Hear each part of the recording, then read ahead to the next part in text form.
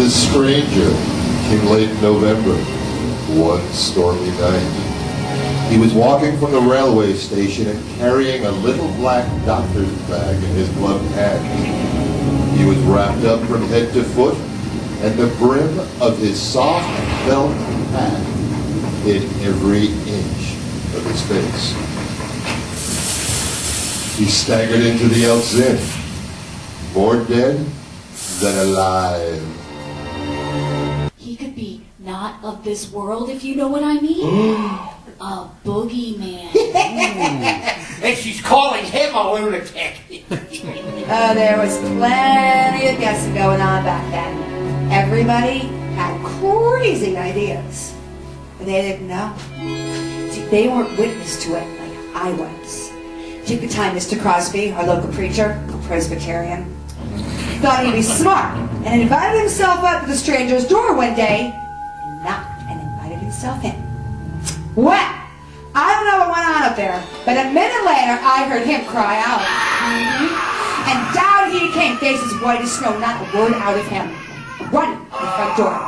And then I heard him laughing to himself. And then I looked up and there he was in a robe and in pajamas at the head of the stairs, and then I knew why the preacher, what he had seen. Well? He had no hand! Oh, God! And then he started to come down the stairs, very slowly. You stay back!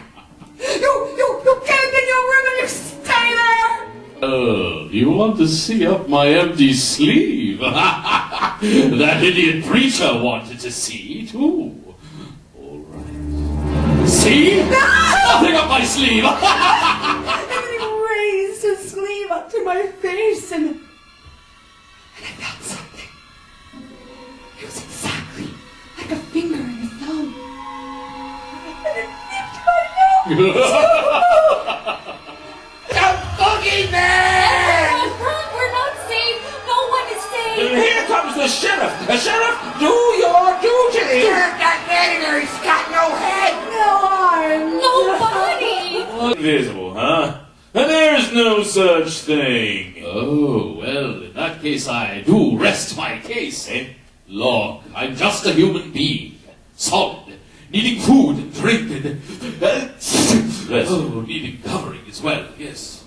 Do you mind if I get dressed? You see, it's rather cold and, well, in the state I'm in. If you don't mind. I see. Or rather Oh, please. I've heard rather enough Invisible Man jokes for today. Thank you very much. I had chalked the whole thing down to small town hysteria. What on earth? Am I going crazy? Keep your nerve. I'm the Invisible Man you've heard about. I don't believe that. Well, then you're a scientist. Prove I don't exist. Prove that didn't suddenly fly off your table and smash against the wall. We shall see what wisdom lies within my madness. For this is but the downpour that precedes the flood. From here we roll on, from village to town, from town to mighty city, ever mounting, ever widening, until at last my wave engulfs the world, the universe, even the moon is frightened of me. This is day one of year one of the new era, the era of the Invisible Man. In any case, I'd be very careful what you say or do regarding the case of the Invisible Man, for you never know who's listening or watching.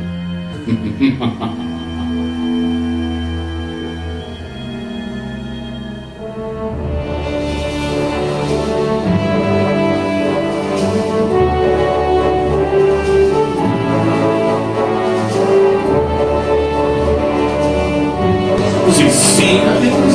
Was this Dan Bianchi with a trimmed beard?